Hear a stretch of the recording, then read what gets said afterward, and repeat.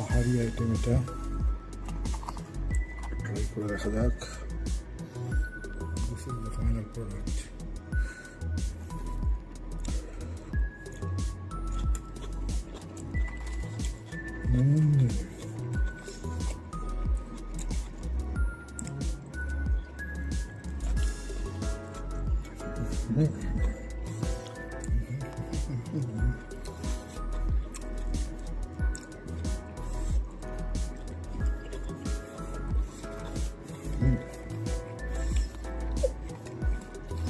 Too good.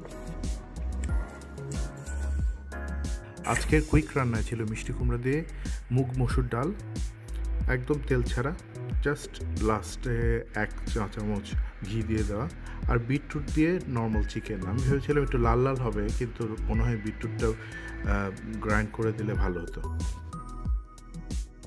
আর রয়েছে সেই পাহাড়ি খাবার, যে বাঁধাকপি আর মরিচ ভর্তা, যদিও মরিচ ভর্তার সাথে অল্প একটু চিংড়ি মাছ অ্যাড করা ছিল।